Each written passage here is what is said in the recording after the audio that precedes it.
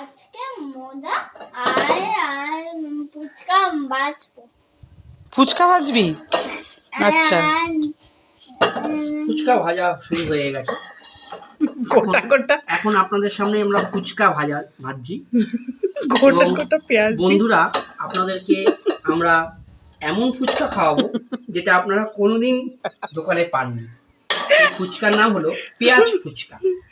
আপনারা আর বাবা বাড়িতে থাকলেই মেয়ে একেবারে বাবাকে পাকড়াও করে খাবার টেবিলের উপরে উঠে বসে আপাতত ফুচকা ভাজা চলছে, তাই তো? হ্যাঁ, একদম ফুচকা ভাজা চলছে। ফাঁকা সিলিন্ডারের উপরে কড়াই রেখে ফুচকা ভাজা এই চলছে। ফুচকা আপনারা খেয়ে বলবেন কেমন হয়েছে, এবং অবশ্যই আমার দোকানে চলে আসবেন।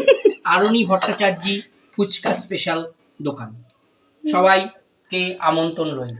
বলো নমস্কার। নমস্কার। তুমি বলো নমস্কার মাম্মা। নমস্কার। নমস্কার। নমস্কার।